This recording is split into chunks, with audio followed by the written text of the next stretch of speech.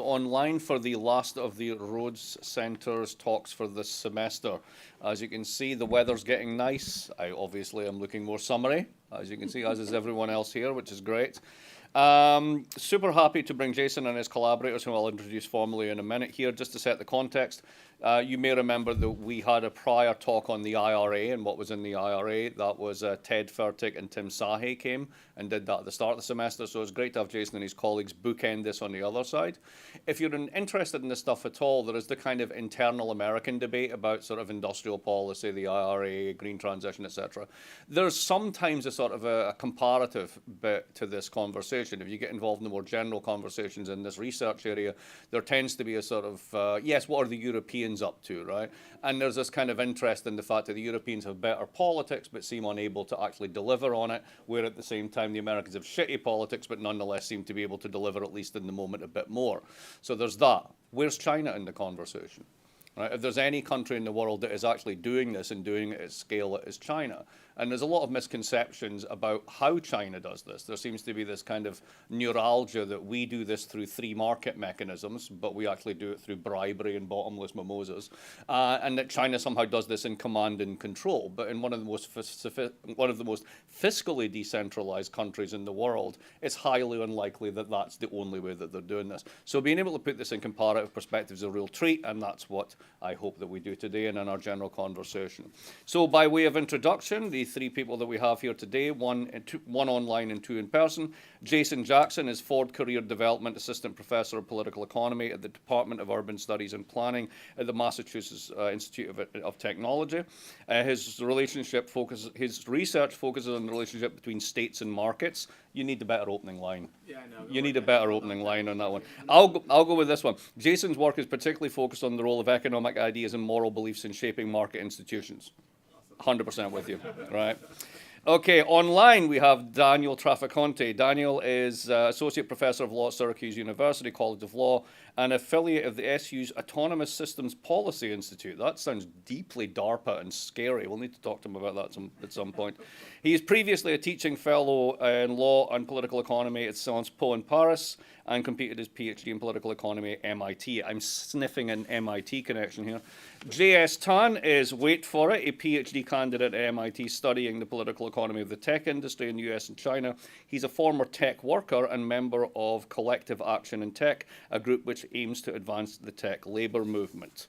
So, I leave it to you to tell us all about China and the United States and industrial policy comparatively. Please take it away. Okay, great. Thank you so much, Mark, for that generous introduction and also the help on marketing, which is like a big a struggle with how one presents himself on our website. So I'm really excited to be here to share this work, which I'm doing collectively with Dan Traficante, as Mark said, and J.S. Tan, who's here with us and also online. So this is very kind of early stage work that comes out of conversations that Dan, JS, and myself have been having over the course of the last several months.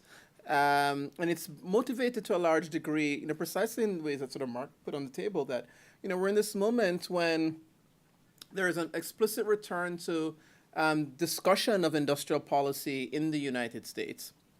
Of course, conversations around industrial policy have long been a part of the economic policy, the global economic policy discourse going back for decades. And there's been much less variation in other countries, whether it be in other countries or regions, whether it be in Europe, certainly across much of Northeast and Southeast Asia over the course of the last several decades. But in the US, industrial policy oftentimes is a bit taboo, at least in terms of policy and political discourse. And so we see rises and falls in the extent to which industrial policy is sort of openly discussed in the American context.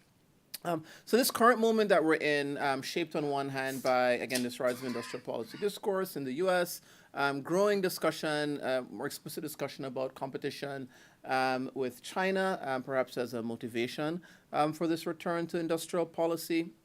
Has led us to sort of try to dive into understanding what's happening on the US side, especially, which is most of what we'll talk about today in terms of these discussions around industrial policy, and also to what extent are they driven by, motivated by this sort of discourse around competition with China, and what are we seeing in China as well? We'll say a bit about the latter using the slides, but more about it in the discussion afterwards in terms of how we think about industrial policy in China, and very much picking up on sort of Mark's intro, that the sort of the discourse that we often hear in American policy circles of a kind of authoritarian, fully top-down, really belies much more nuanced, much more political in terms of like sort of tugs, both within the CCP and across different regions, provinces, and cities in China, as well as in different industries. But we'll probably say most about that, I think, in the Q&A, and focus a little bit more in our presentation on some of these transformations that we're seeing, especially from the American side. But we look forward to discussing more on sort of the sort of content of industrial policy, both in the US and China, in the discussion. Okay, so the way that we're going to proceed is that I'm going to start the presentation, then I'll turn over to Dan, who'll take us through much of the middle, and then I'll wrap up, and then we'll open up for conversation.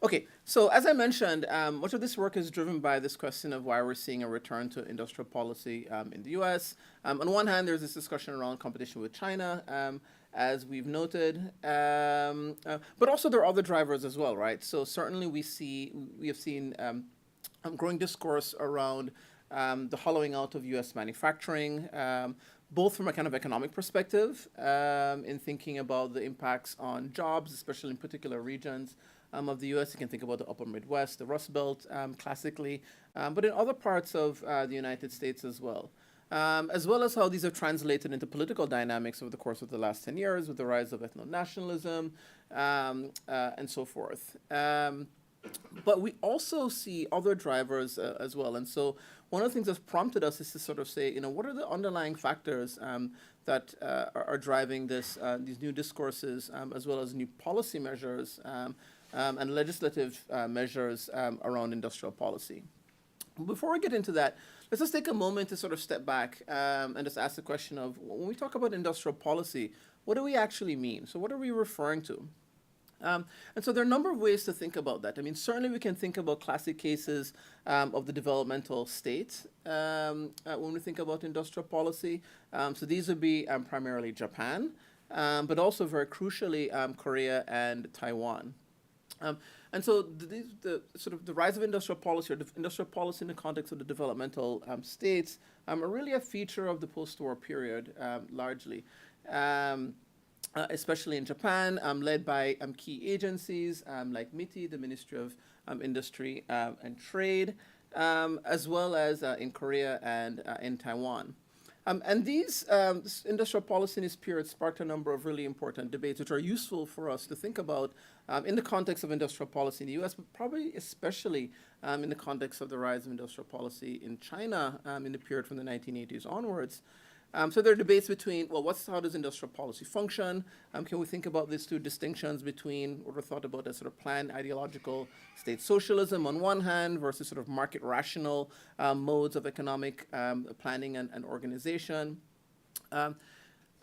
as well as what are some of the key analytic dimensions of industrial policy. So industrial policy, on one hand, could be thought about in its technocratic dimensions, right? So how do you design particular kinds of policies to support certain industries to achieve particular outcomes? But this really misses the most interesting parts of industrial policy, I would suggest, which are really about politics, power, and the kinds of institutional arrangements that we see in different state society sort of complexes, right? So how does power actually work in different places? How do institutional arrangements in different country contexts shape the ways in which resources are directed towards particular industries and seek to achieve particular kinds of policy outcomes? So this would really lead us to thinking about key things. So what are the kind of instruments, the policy instruments that are used in the execution of industrial policy? What kinds of patterns of industrial organization do we see in different places? And by that I mean, what kinds of arrangements of firms and industries do we see? Do we see like single monopolistic firms in particular industries, for example? Or do we see industries that are promoted through lots of competition through smaller or medium-sized firms? Do we see arrangements that allow for deep interlinkages between large firms in different sectors, or those that try to put barricades between those? We can think about antitrust or anti-monopoly policy, competition policy, for example, in this respect.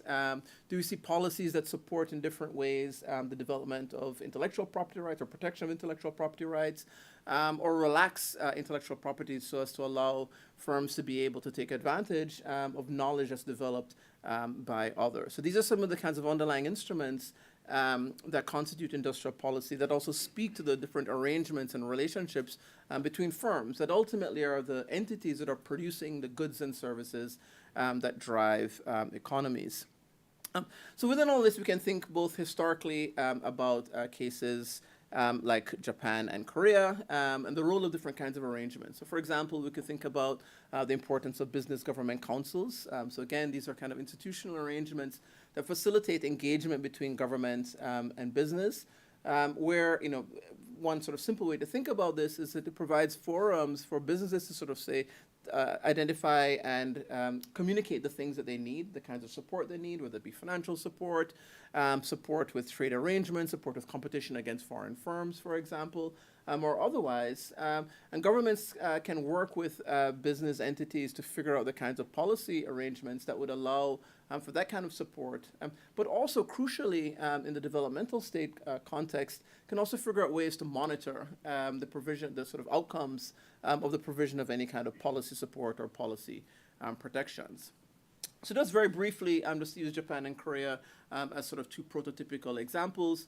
And the point here is both to kind of sort of lay out some of the sort of, again, the things that sort of underlie industrial policy on one hand, but also very crucially to make the point that China from the 1980s onwards, just as Korea and Taiwan did before, very much paid attention to and learned from Japanese and then ultimately Korean and Taiwanese experience in designing and executing industrial policy as a means of developing their economies and making them sort of increasing their levels of global competitiveness.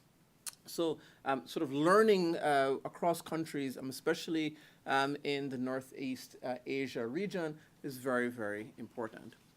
So very quickly, in Japan, what kind of things did we see? Wartime policies, for example, around things like foreign exchange controls, controls on technology imports as a means of targeting particular industries, provision of, you might think of pretty vanilla kinds of economic policies like tax breaks, but also various kinds of targeted protections against foreign competition. And one of the key goals of these kinds of policies in Japan and later on in Korea, so the use of different kinds of targets and orchestrated incentives, were to lower the costs of particular inputs for firms in order to enable them to increase their capabilities and become more competitive. There's a lot of really important work that is sort of classic in this realm. So Chalmers Johnson's work, for example, on Japan, or we could think of Alice Amson's work and Ha-Joon Chang's work on South Korea in thinking about the role of, again, pricing. So sort of Amson's sort of dictum of famously ways in which policies were designed to get the prices wrong. Very much against a kind of market-led view of economic development, as well as the development of reciprocal control mechanisms, right? This sort of idea that a crucial part of successful industrial policy would see governments being able to monitor and discipline firms, sort of reward them in cases where they are taking advantage of policies that are designed to enhance their capabilities, but also punishing them in cases where they don't. So removing subsidies and forcing them to face a greater competition. And again, this is a kind of crucial point because one of the sort of taglines with industrial policy is the idea of picking winners, which is only partially, which can be a bit misleading because it can suggest that firms get a sort of carte blanche from governments in cases where industrial policy is being pursued to sort of do what they want. Whereas one of the key insights from much of this literature was to show that the role of various forms of disciplining as a counter to that idea of just simply picking winners. Okay, so at this point, I'm going to turn over to Dan, who will take us through a discussion of how we might think about industrial policy in the American context, given this backdrop that we've just had. Dan, over to you. Great. So where does the U.S. come in? So we propose, and one way to think about this is just distinguish between two variants of American-style industrial policy. On the one hand, what we might call the broader Hamiltonian tradition, going back to Alexander Hamilton's Report on Manufactures, late 1700s. This is sort of the broad tradition of government-led economic development, led for most of our history by the federal government.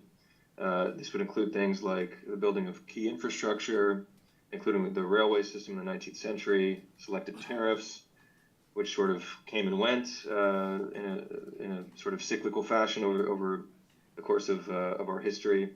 Government procurement, so what we have in mind here is things like the military-industrial complex, direct purchases by the U.S. military, and so forth. So that's sort of this broader tradition. The specific variant that we are most interested in, and really what seems to be the focus of this revival of industrial policy that we've seen in the last few years, is the post-war tradition of government support for technology, and more specifically the R&D system, which we'll talk about in further detail.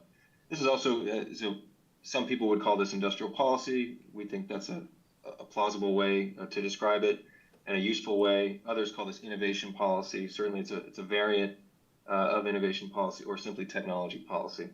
So again, what kind of things does this include? R&D funding, primarily through the federal research agencies. Patent policy, so including patent law, but also our policies for the who gets to own the patent rights that come out of the federal research system. And then the education system more broadly. So what are the things that the government does to support STEM education, STEM training, and research?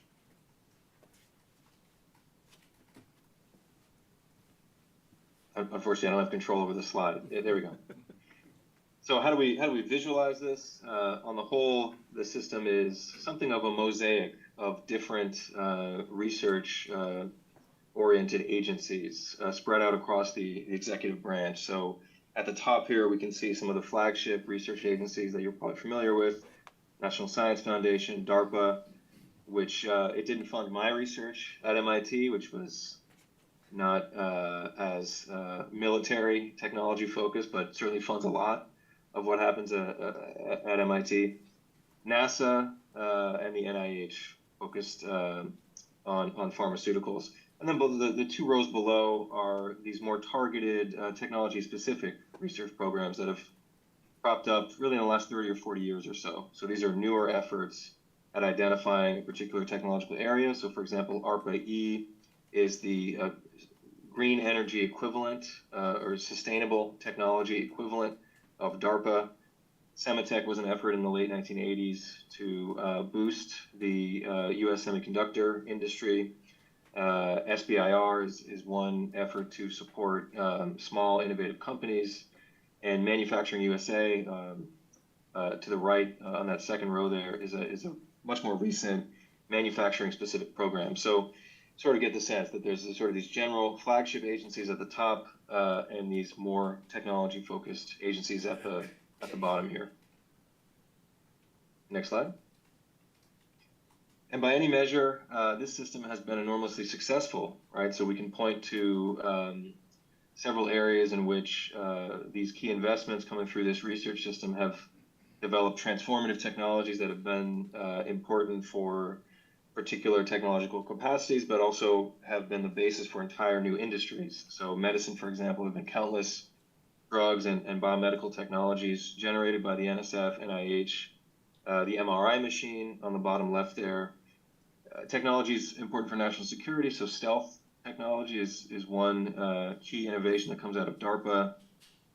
The satellite system, really the entire infrastructural basis for the ICT, the information and communication technology sector, And then even on the bottom right there, that's Sergey and Larry, who founded Google with the help of an NSF grant in the 1990s, which was called the Digital Libraries Initiative. So we even see the hand of the state in some of the success stories of the Silicon Valley giants.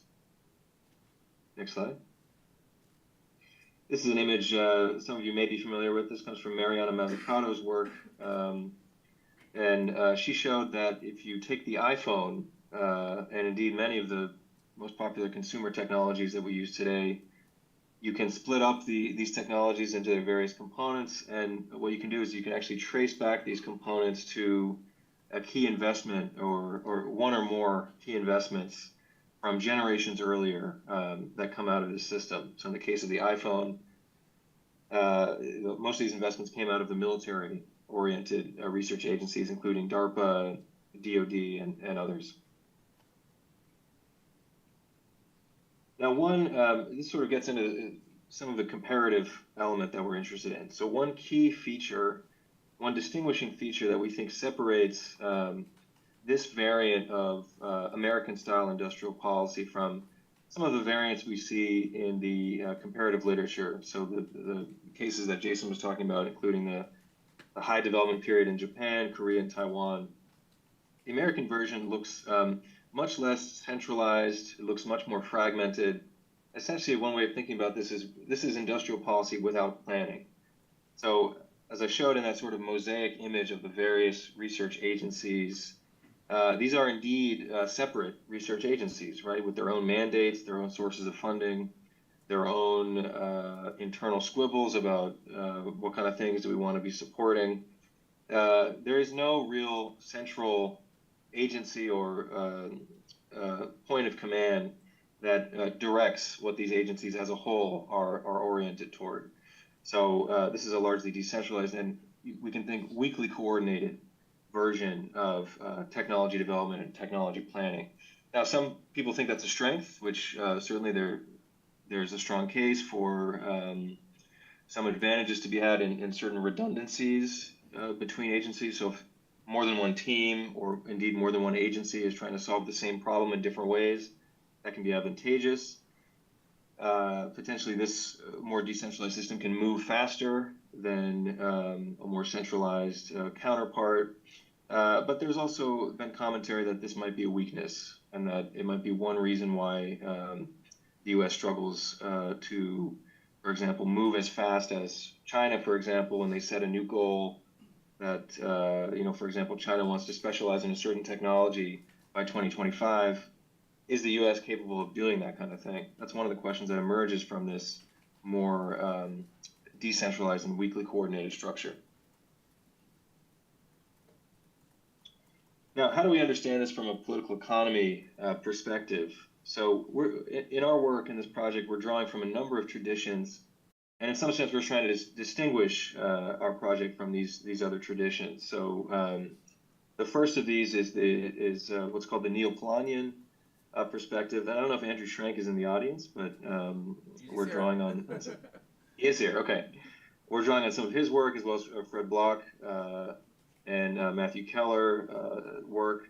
This framework, correct me if I'm wrong, Andrew, but this frames much of this system, the R&D system, as a counter response or a counterweight to market forces that threaten to destabilize and fragment things like innovation networks and the capacity of the economy as a whole to generate innovation. So in other words, the R&D system is the counter movement that is preserving this kind of capacity.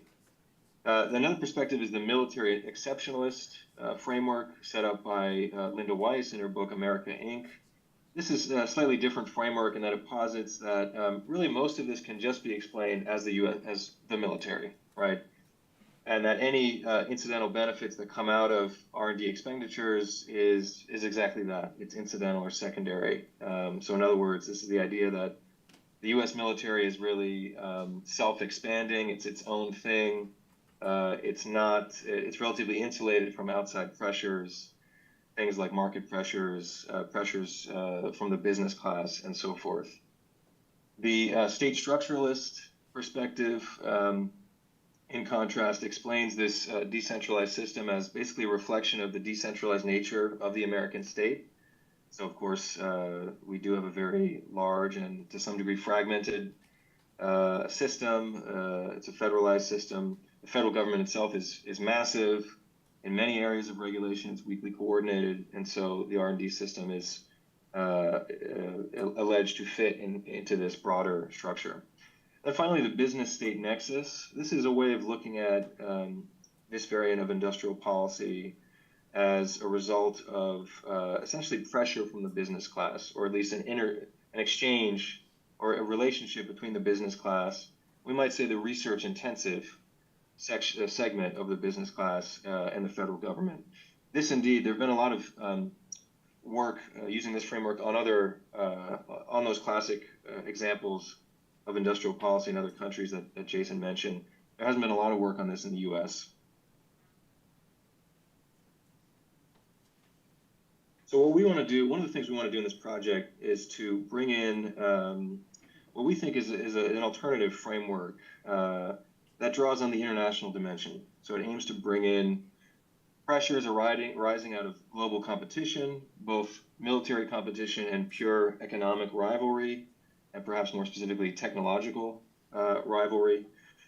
So what we propose is looking at this R&D intensive variant of industrial policy as a product of international competition, and in particular international competition between three global rivals over three separate periods. So we'll talk about what those periods are, but those three rivals are the USSR in the late 50s and 1960s, Japan in the late 70s and early 1980s, and then finally today with China. We think this is useful, first of all, as an explanation for, or as a framework for explaining why the U.S. does industrial policy in the way that it does. Why do we have certain agencies? Why did these develop when they develop? And then also as a potential lens for explaining the current dynamic with China, and perhaps even in predicting in what ways U.S. industrial policy will conform or change in response to the Chinese competitive threat. So again, so what are these three periods? Yeah, it's okay. I kind of went through that. So a little bit about this first period. So this is the late 50s and early 60s.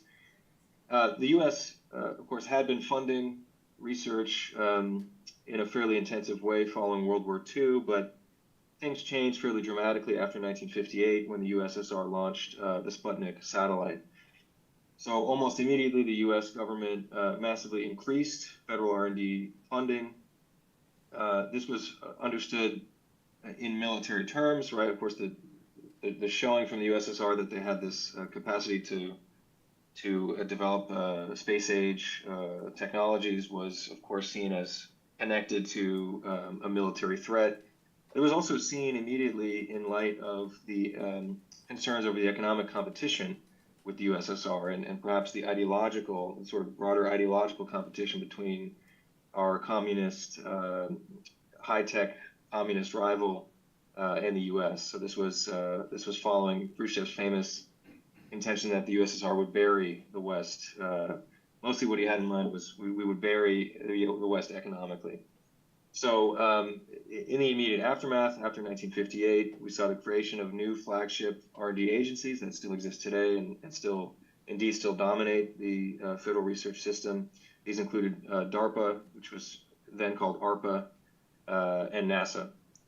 There was some, excuse me, there was some policy interest in this period in what we can call institutional mimicry. So there was some sense and some interest in some of the more planning-friendly senators and policymakers at this time, and basically looking at what the USSR was doing and saying, should we try to copy some of what they're doing?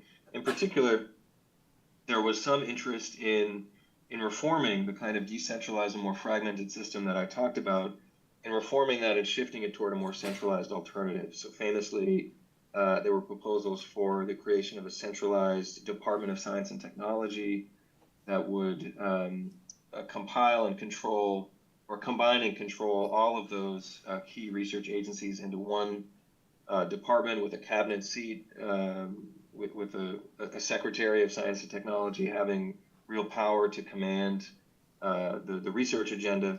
This was seen as a possible response. Ultimately, it wasn't pursued for a number of reasons. The existing agencies were thought to be sufficient. During this time, though, there was a major focus again on military research, even though there was this sort of underlying economic nationalist competition. Much of this took place in the framework of the Cold War. And we suggest a reading of this period that is plausible is that this focus on military-oriented research and this military competition ultimately undermined this form of industrial policy during this period. So in particular, the fact that R&D research had been so associated with the military and with military competition, this led to problems leading into the Vietnam War, in which DARPA was very active. It helped develop Agent Orange. And so there was a very significant popular backlash against this kind of funding and this form of industrial policy in general during this period, and led to cutbacks ultimately in the 1970s. I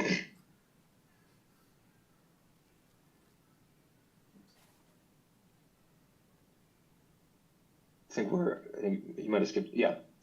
A little bit about this second period. So now we're into really starting in the late 1970s, around 1977, 78, the latter half of the Carter administration, and then into the Reagan Revolution into the 1980s. So what was the equivalent competitive threat, international threat during this period? It was Japan, which of course didn't pose a military threat, but there were, during this period in the US, importantly, this was a period of economic stagnation and economic crisis. This was a period of industrial or perhaps post-industrial decline in regions throughout the United States, which we're still dealing with today.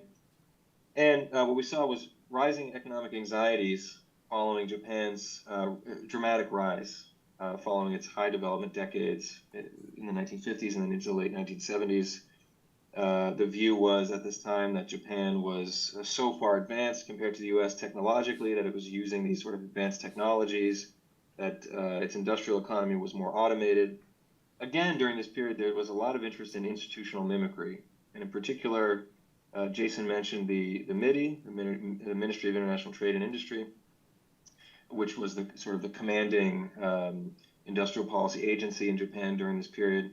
There were actually proposals for a DITI, so a Department of International Trade and Industry, so exactly the same kind of potential mimicry that we saw in the 1960s. Indeed, there were site visits, there were international research visits coordinated by the Carter administration. So Carter sent economic advisors over to Japan to try to take notes on what exactly Japan had been doing. But however, renewed interest in technology policy and indeed in replicating the sort of industrial policy ran into the figure on the bottom right of the slide here. So the neoliberal shift made anything that was remotely associated with planning a cardinal sin, and indeed industrial policy as a term became something of a taboo during this period, which is part of why its dramatic revival in the last 3 years or so is so striking. Still, though, we did see reforms during this period, so the renewed interest in technology policy resulted in a new focus on the university business government nexus. So we passed something called the Bayh-Dole Act, which endorsed private ownership of the IP that comes out of this system, and it sort of was an effort to jumpstart the university government system. And then additionally, the creation of some of those more technology-specific agencies that I mentioned at the beginning. So the SBIR, Sematech, and the MEP program, which is a manufacturing-oriented program that still exists today. So the point here is that we've been through this before in these two different periods. Now, each period is quite different, but we believe that there are themes, cross-cutting themes running through the first two periods that inform and help frame where we are today. So who is the international competitor today? Well, it's quite obvious. It's China. Other motivations are also worth mentioning. So this revival of industrial policy that we've seen in the last few years, far and away, we think mostly it has to do with Chinese competition and anxieties about both Chinese economic capacities, technological capacities, and potentially China as a military rival. In the middle here, though, we also see some motivation for a new emphasis on R&D policy and industrial policy coming out of concerns over secular stagnation. And then finally, this comes mostly from sort of the progressive left, the idea that the R&D system can be reworked and retooled to help address the climate crisis. And for each of these three proposals or these three motivations, we see relatively prominent policymakers and thinkers endorse this kind of vision. So Schumer, for example, has been a leading voice trying to expand the federal research system. He put forward a proposal called the Endless Frontier Act, which a major part of which ended up in the Chips and Science Act passed last year. In the middle, these are economists Johnson and Gruber from MIT, who wrote a book called Jumpstarting America. This was the idea that we should turn to the R&D system as a way out of this low growth cycle that we seem to be in. And then the climate-oriented version of industrial policy seems to be in keeping with the Green New Deal proposed by Ocasio-Cortez and others on the progressive side. And so already we've seen the U.S. Begin to take action. So it sounds like this group has discussed this in the last few weeks, but last August we saw the enactment of the Chips and Science Act. This included $200 billion over 10 years for R&D commercialization programs, so a fairly substantial expansion of the system that I've been discussing.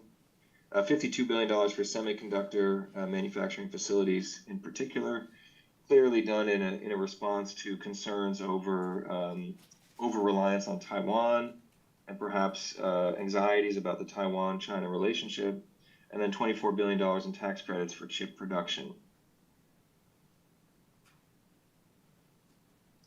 So additionally, this response is clearly going to have major impacts for regional development across the country. So this was the news of the year where I work in central New York in Syracuse. So this was a pledge from the company Micron of $100 billion in investment.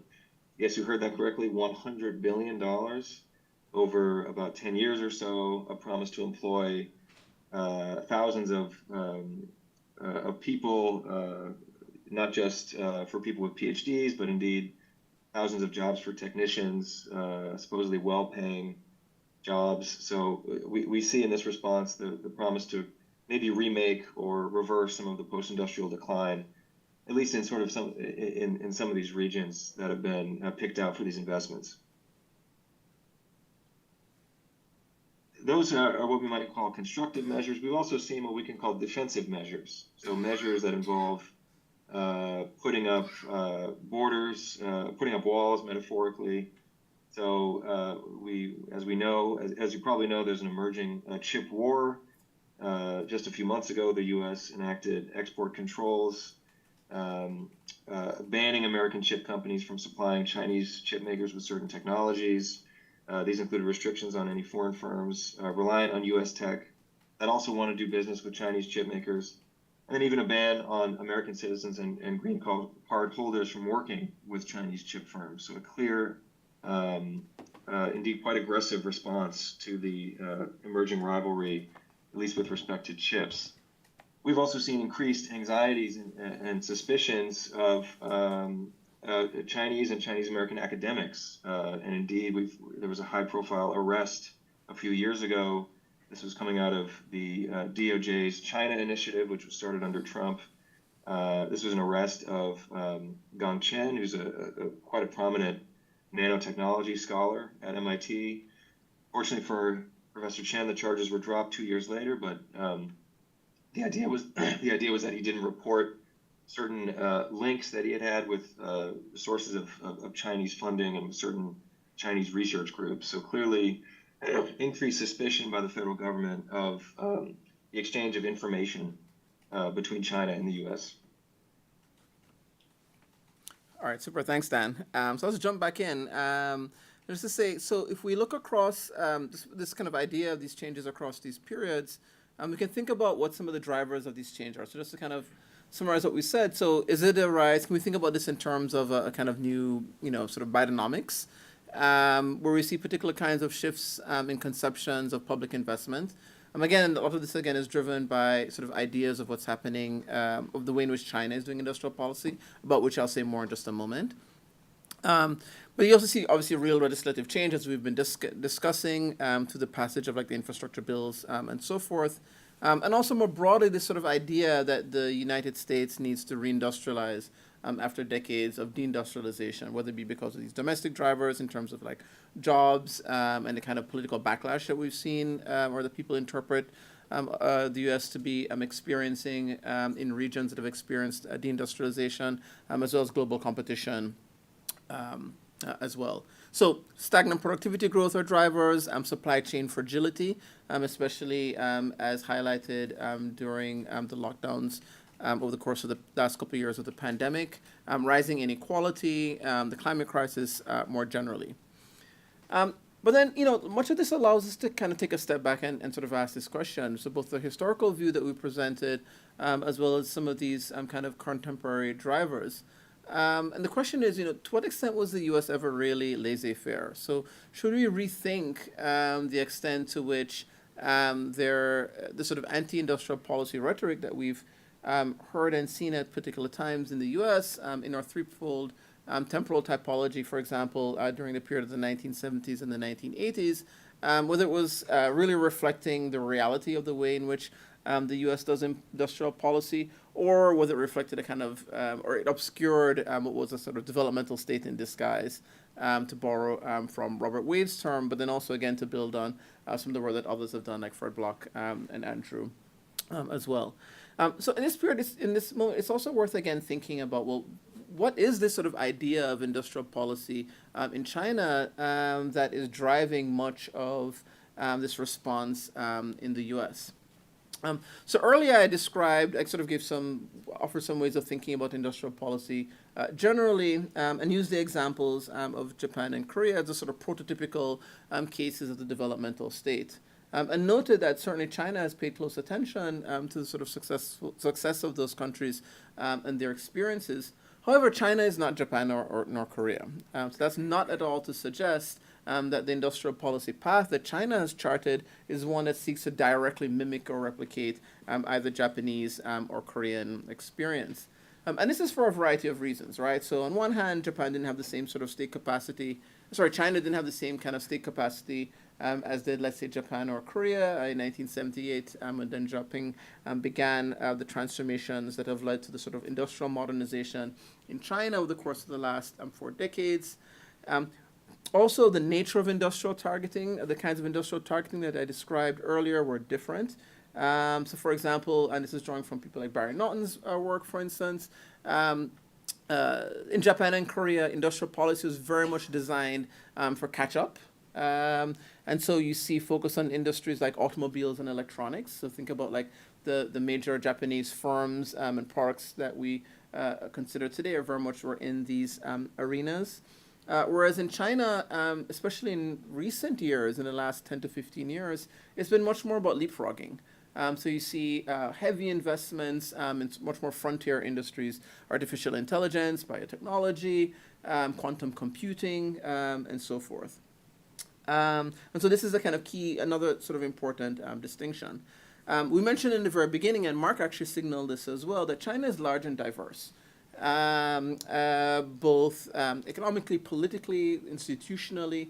And so the capacity to do the kind of more top-down style industrial policy that we see in Japan and especially in Korea was really not possible politically or administratively in China, and certainly empirically is not what we see. Instead, we see industrial policy occurring much more through the provision of resources in a much more decentralized fashion, oftentimes through competition between different provinces and cities, and really tied to political competition within the CCP as well. So the ability to demonstrate and the capacity to generate growth in a particular city or province oftentimes is the means by which party officials can themselves rise within the overall political hierarchy. So the political structure in this respect and administrative structure are quite different. And then finally, just to make a note about the relationship, of course, between business and the state, again, a central component of industrial policy, which again, we talked about earlier using the Japanese and Korean sort of examples. Certainly in China, what we see certainly right now is a really quite fraught relationship between the Chinese state and certainly a number of leading, very high-profile companies and managers, capitalists, owners of these companies, where we see sort of arrests, different kinds of pressures being put on individuals. And so this particular kind of targeting raises key questions for us, which are part of some of the underlying motivations for the project. So what is behind, how do we think about the sort of logics behind targeting some of these figures? Is it about the transformation of the Chinese development model, perhaps from one that's focused a lot on software and platforms towards hardware, which would certainly tie into the sort of reactions in the US if we think about this focus on semiconductors and chips, for example. So just in conclusion, just again to kind of take a step back and think across these three periods, bearing in mind both the kinds of developments that we're seeing in the US around industrial policy on one hand, as well as the sort of nature and sort of instruments of industrial policy in its sort of historic competitors, the Soviet Union and Japan in the two earlier periods, as well as what we see in China now as well. And this kind of framing, I think, allows us to do at least two things.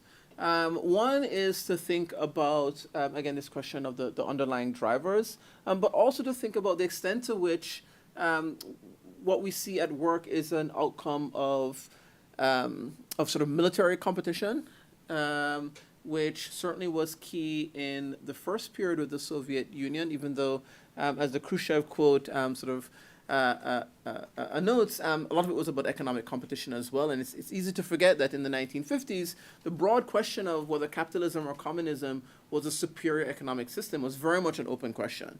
And so what was at stake really was also which sort of a broad economic system was more productive in terms of generating growth and social transformation and higher levels of human welfare.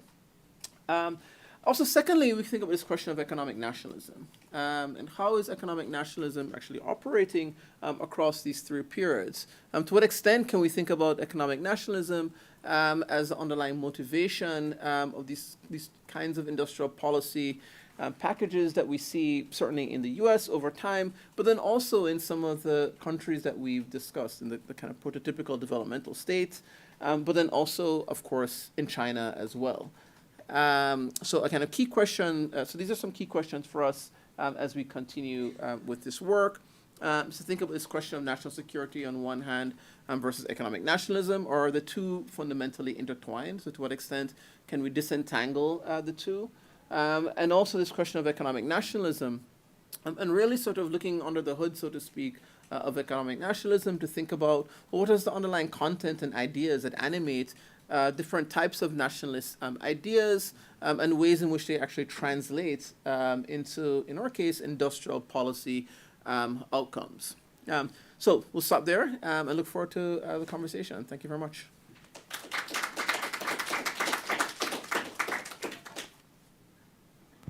As ever, we have microphones. We have people online. Hello, people online. I'm going to open up with a question from online just to get us started, which is the following. Question for the presenters. Are attitudes towards US industrial policy a bipartisan project, or are there significant differences between the Republicans and Democrats in their approaches?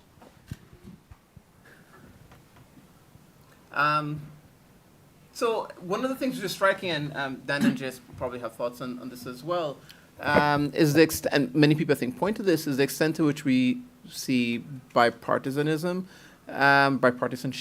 It's hard to even name the term because we see so little of it today in the U.S. I don't remember what the term is. This does seem to be one of the areas where there's commonality in outlook in Washington across both parties. And that's striking, I think, in this particular moment of sort of political fracturing. Anything else on that? Yeah, I mean, just to add, there are certainly parts, I would say, of the Democratic left or the progressive left that do sort of come out strongly in sort of a non-nationalist terms and sort of a very anti-war rhetoric, but I would say at this point it's still largely minority. Right. But there's also the fact that if you look into what Republicans have been doing recently, check my Twitter feed, you'll find that they're already saying, almost Medicare style, with the expansion of Obamacare, we're not taking that, right? And now you've got, I think, 12 states that are saying we're not taking any of the IRA money. And they've made it quite clear, if you look at the debt ceiling negotiations, or to call it what it actually is, the hostage and blackmail of this year, that they really want to gut the IRA. This is sort of defending, if you will, the carbon business model of those states. How do you think about that? Because, I mean, what it suggests is there's far less coherence to a notion of a state here as a state project. Yeah, so I'll make one small comment on this, and JS and Dan, if you want to sort of jump in. So actually, we have a colleague of ours at MIT, Phil Thompson, and one of the things that he points to is the extent to which the tension goes down another level. So in many cities, in many of these states that are resisting the IRA, so because a disproportionate number of states now in the U.S. are Republican-led, as we've all been seeing over the course of the last a couple of years with some of the legislation that's being passed. But many of the cities are democratically led. And in fact, many of the cities, as my colleague Phil would know too, are led by black mayors. So it brings in both these sort of the sort of tensions we see at different levels of governance in the United States, and not just between the federal and the state, but also state down to municipalities. Secondly, across the political divide, so Democrats in the White House, obviously, many Republican-dominated legislatures, but Democratic cities. And then finally raising the question of race in a kind of interesting way, because it speaks at minimum to the question of how some of the benefits of, like, let's say the IRA may actually translate on the ground into jobs, into provisions of housing retrofits, and so forth. And so we see this kind of tension, I think, manifesting in a sort of really interesting way in this respect. JS and Dan want to jump in further.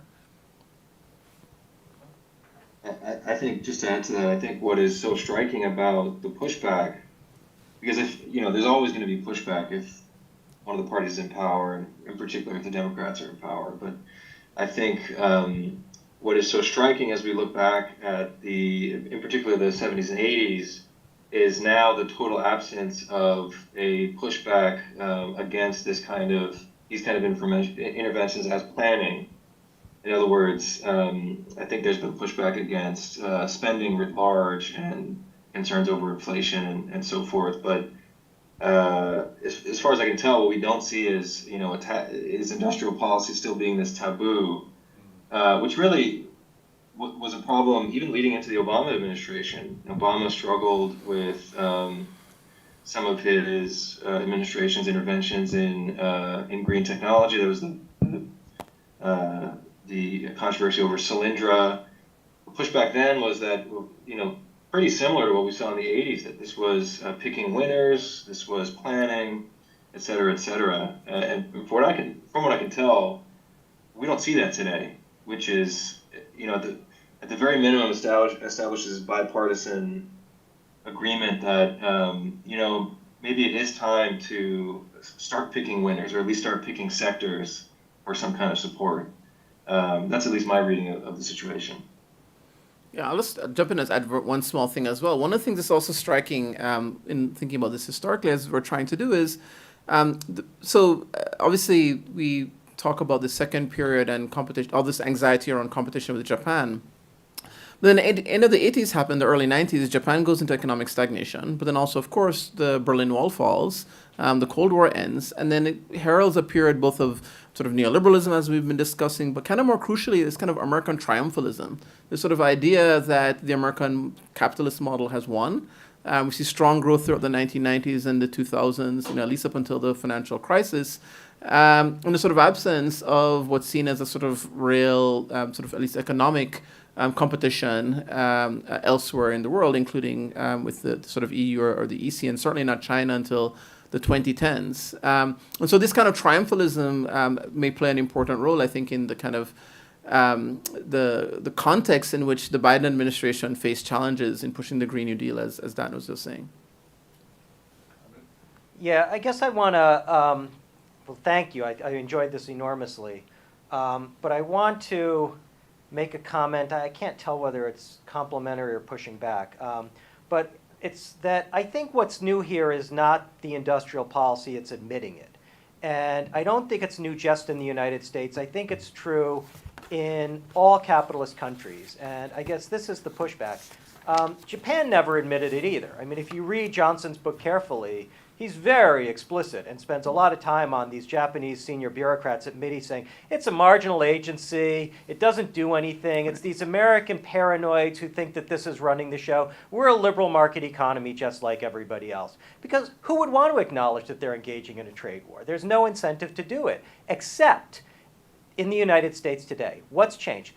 Federal R&D outlays as a share of the budget, the federal budget, are now about less than 1/3 of what they were in the early 1960s. They dipped to about 1/4 of what they were in the early 1960s just before COVID. They've trended upward to about 3% of the federal budget. They're nowhere near where they were at the height of the Cold War. And that's true as a share of GDP as well. So, the US is doing less industrial policy today by far than it was doing at the height of the Cold War. What's different is Biden loves going out to ribbon cutting ceremonies in Ohio to say, I'm going to bring the jobs back, I'm going to bring the jobs back, I'm going to bring the, and that's all about electoral politics. And he loves saying, and by the way, they're electric cars, because then you could bring the liberals in Providence on board, right? And he loves saying, oh, and it's about China, because then you can bring the Cold War hawks on board. And it's, I think it's largely about electoral politics. But in terms of the actual spending, it's nowhere near what it was at the height of the Cold War.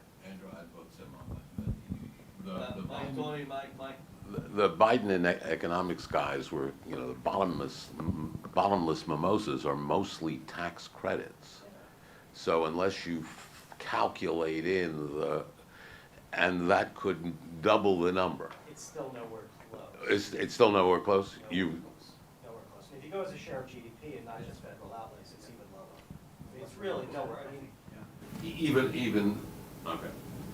But they are potentially bottomless. I mean, you could get up there, but that's a big if. That's a very big if. Yeah. Next up. Can I just briefly to respond Yeah. to Andrew? So thanks, Andrew. I mean, I think that's a good point. I think that's a very fair qualifier. But we're also potentially just at the beginning of this third period. So I think, I agree. It's very unlikely that we'll get back to something like 3.5% of the federal budget, which is what we had in '63. But I think these investments are significant, and I think depending on the electoral changes in the next 48 years, we'll see where else we go with this prompting by the anxiety with China. I don't disagree. I just think what's new is boasting about it and trying to get Right. getting the electoral winnings from it. This was great. Thank you, everyone. So I have a question that I'm grappling with right now, which is basically the role of money in industrial competition with the green transition currently. Because if you look at resources across countries, China actually kind of has them sewn up. They're producing over 40% of wind turbines, 70% of solar panels, the majority of the cars, and they also have a monopoly on the critical minerals we need to build these things, right? But the counter argument could be, well, the US can just buy its way out of this still, right? Because we're the global reserve currency, we're extremely wealthy and powerful. And so my question actually harks back to the eras you were talking about. Do you know the sort of comparative spending that was happening between these countries, say the US and the Soviet Union and the US and Japan and so on and today. I'm wondering how much money actually plays a role in these global competitions that we see.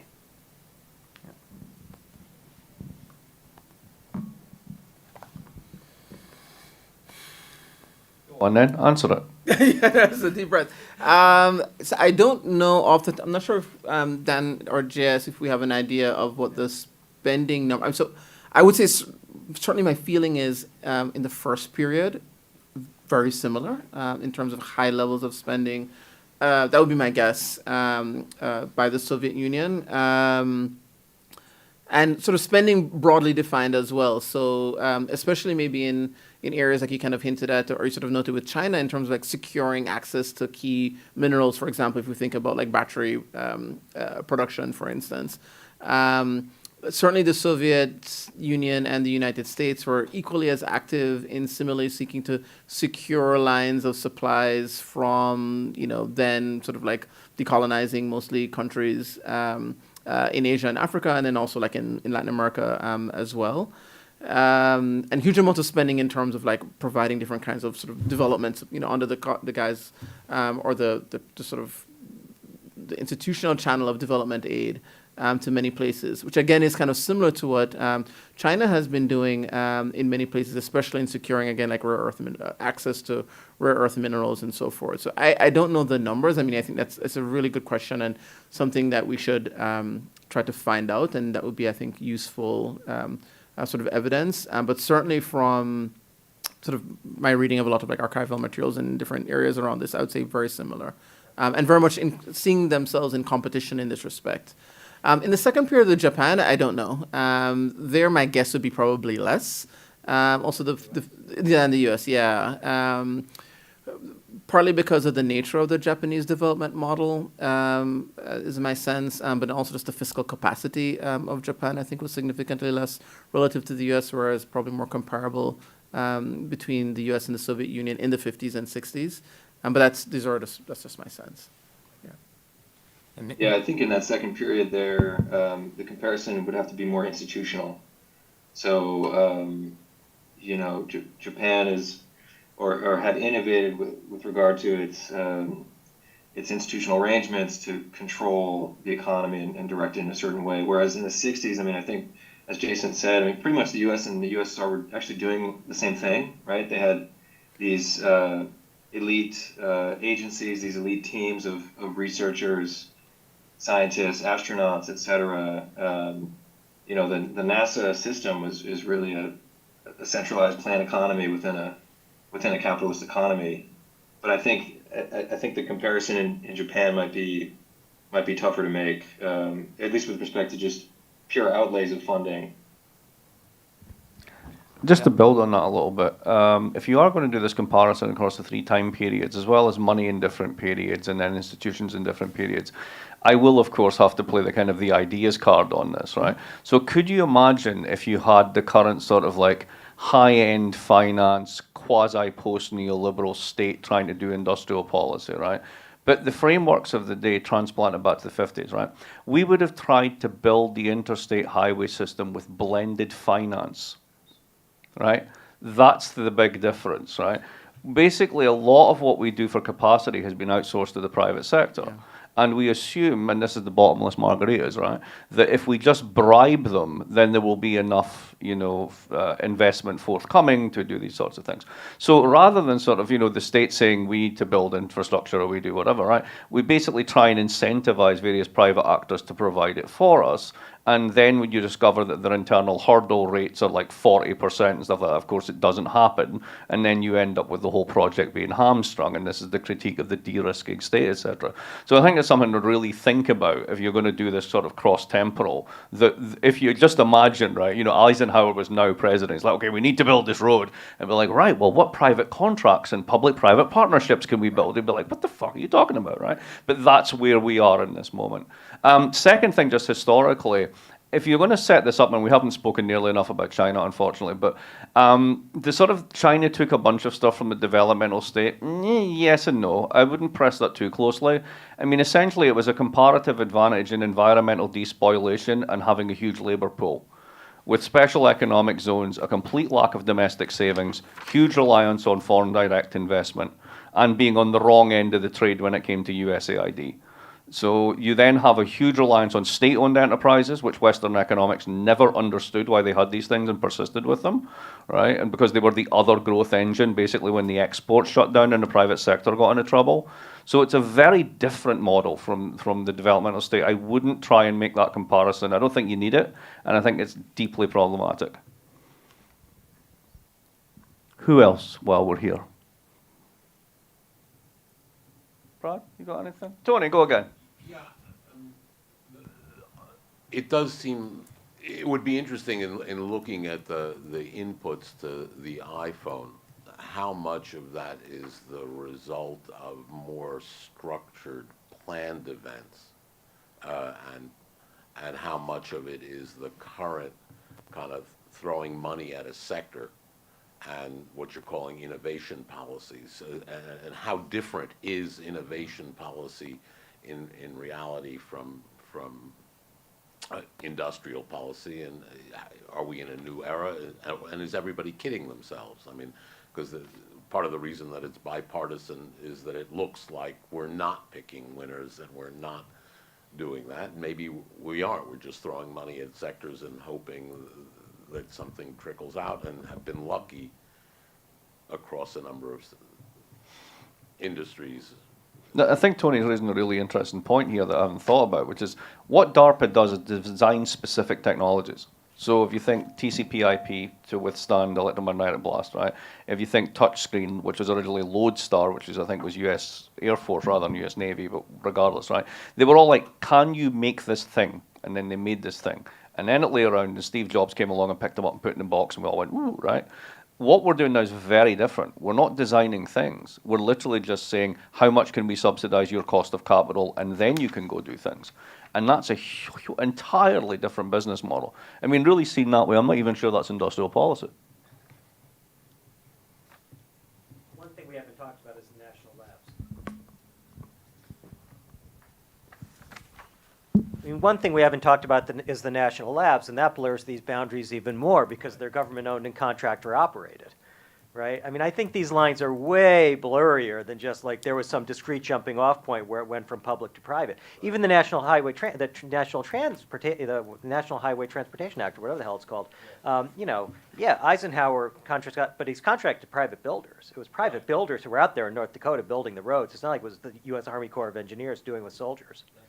Right? Well, there was a sort of, basically there was it wasn't a no-bid brine contract that was a public-private partnership. It was, here's what we're paying, go do it. Yes, but public-private partnerships actually go back more than 100 years. Yeah, it's I true. mean, you know, it is interesting. This gets slippy, doesn't it? it gets very slippy. Yeah. I mean, I think there's a huge opportunity here precisely because it gets slippy. And one thing I was thinking as you guys were talking, and I've already talked too much, is I think, you know, way too much of this literature on the hidden developmental state in the U.S. that I've contributed to and that I hate, you know, is built around a very distinct period when the U.S. is the unipolar hegemon, and it's like we have to convert the labs to do something else. So when I was in Sandia doing this research on the solar energy industry coming out of Sandia, I was like, what are we going to do with all these scientists and engineers in Sandia now that we're the only global power?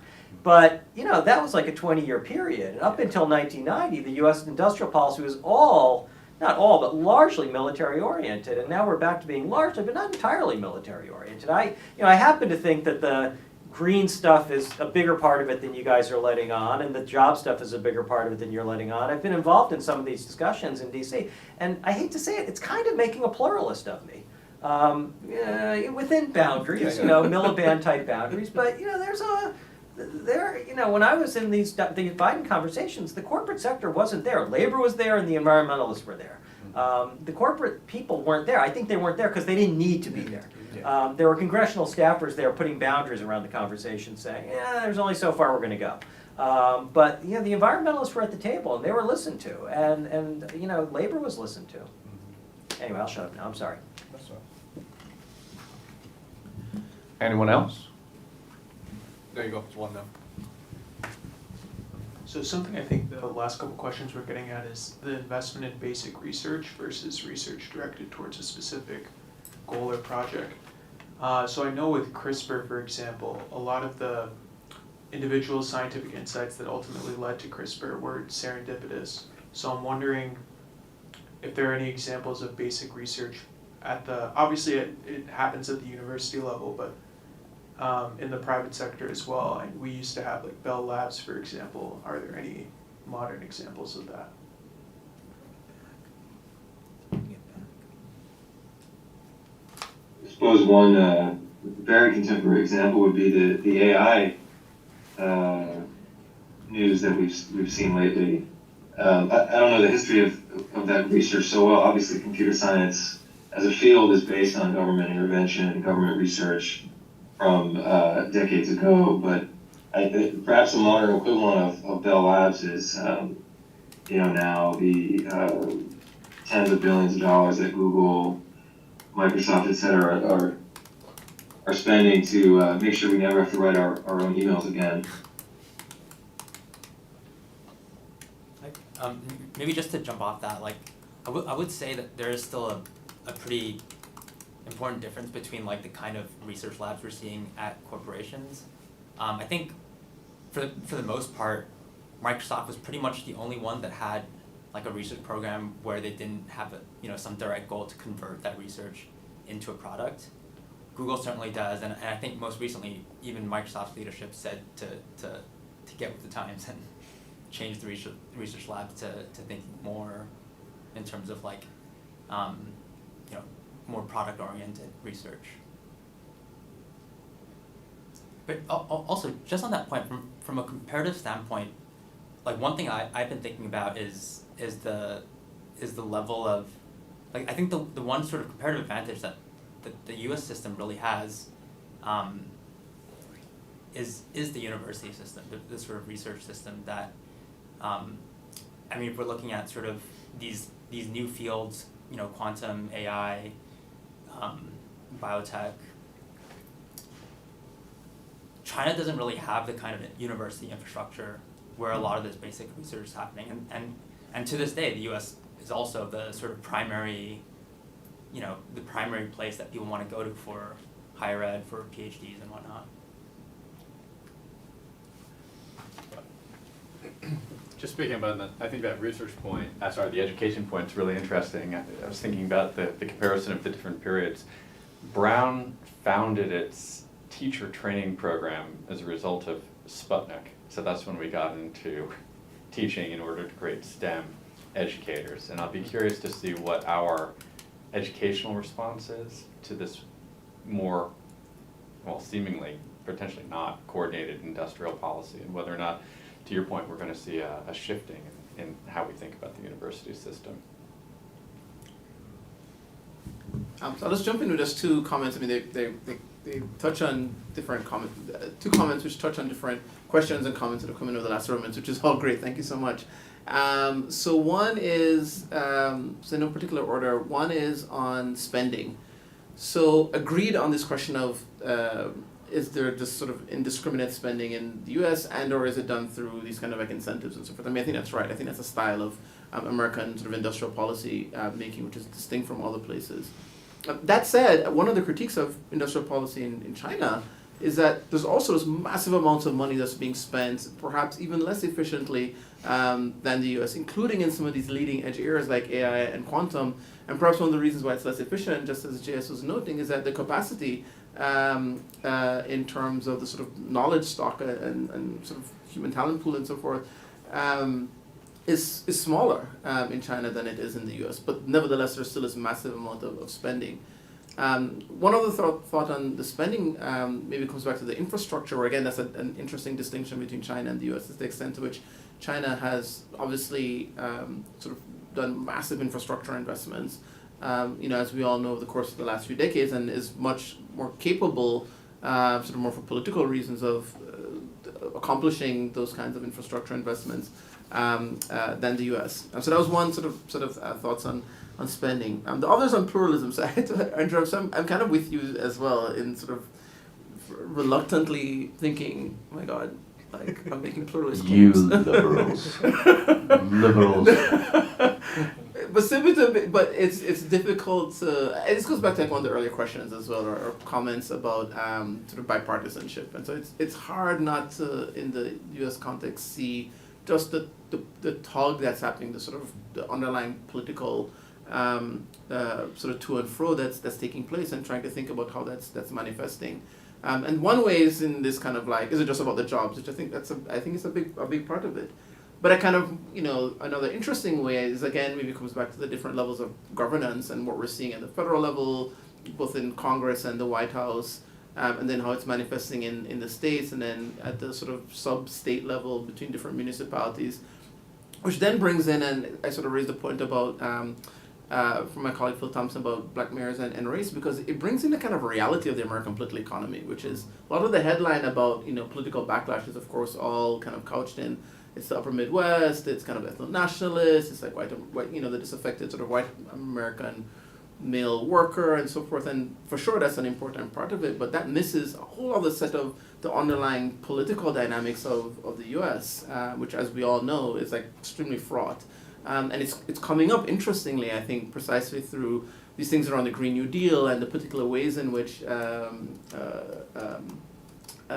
some of this spending is targeted at particular communities, and then also the extent to which it can get there or not, because it can be blocked by the states.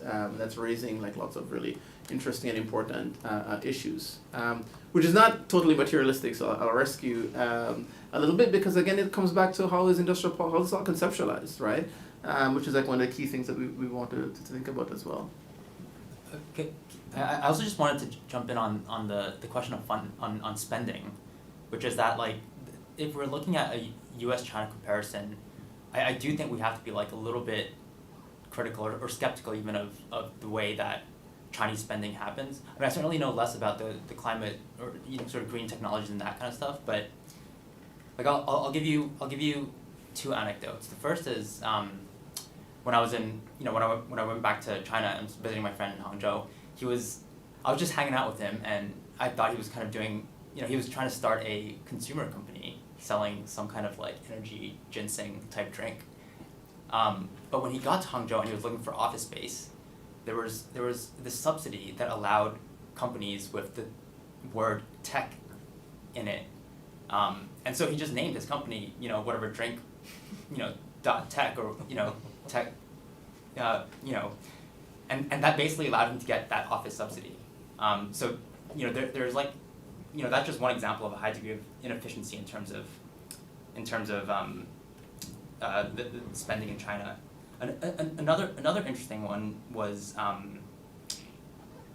learned about this recently when I went to the Association for Asian Studies conference, and there was this researcher who was doing work on the digital Silk Road, and she had written out like all a full set of proposals saying this is what I intend to study, blah blah. Got a bunch of money for it, and as soon as she started getting her feet wet in the work, she found immediately that the digital Silk Road kind of didn't really exist beyond the rhetoric of it, and what she found was that it was kind of used as like industrial policy for sort of lagging provinces in China in sort of this weird reverse way, right? Because digital Silk Road was supposed to be about expanding outwards, and local local governments in sort of lagging provinces were sort of just using that as like a brand in order to get more funding or to get certain advantages, and so that's just to say that the sort of state capacity in a way is kind of it's something that we should be sort of critical or skeptical about. Almost at time. I can't help but say it, so it's nice to know that China has leveling up as well, because that's basically what that sounds like. Just one final thought in the Chinese case. There is a very good study of Chinese industrial policy, although it's not called that, which is Ling Chen's Manipulating Globalization. And her point, and this is a compliment to JS's point about the importance of the university system, I think this is the other side of that story, which is it's really hard to do industrial upgrading if you don't control the top firms and you don't control the IP. And that's what they spent a decade trying to do, is these industrial upgrading competitions, trying to make firms move up the product ladder and invent IP and all sorts of stuff, and largely it was a disaster. So what you then saw was a shift very much to strategic sectors. Like, we're going to do EVs because we know how to do that. We don't have to invent that much. We just have to make them at scale and make them affordable, because Tesla doesn't do that. We know how to do solar. All those SOEs that economists in the West don't understand, watch this shit. We're going to basically crush the price on this because we've got such production capacity, and we also control the polysilicon supply chain, right? So it's that kind of thing that is, in a sense, compensating for the lack of the other stuff. And that makes for a very interesting and different set of kind of like institutions you're going to do this with, in a sense. Yeah, it also ties back into what we're saying about this crackdown on these super high-profile business actors in Right. China. And is it about forcing a reorientation of their actions towards sectors and industries that the CCP seems as where it wants to have more attention? I mean, areas of hardware, as well as some of the others that you mentioned. Right. So, yeah. And just quickly on that point, it's interesting that you raise EVs, because China never could really master producing internal combustion engines, which sort of had this kind of like, sort of requires deep expertise, requires sort of a complex, like sort of coordination with other countries, other supply chains, whereas EV is sort of totally different, situation. Yeah, exactly. You find your advantages in weird places. Yeah. Or you leapfrog. Or you leapfrog, exactly. So, I'd love to thank you very much for coming along and closing the season, as it were. An excellent talk. Thanks to everyone else for turning up online and in person. And we'll see you, I guess, next semester at some point, in some way, shape, or form. Until then, all the best. Yeah. Thank you very much. Thank you.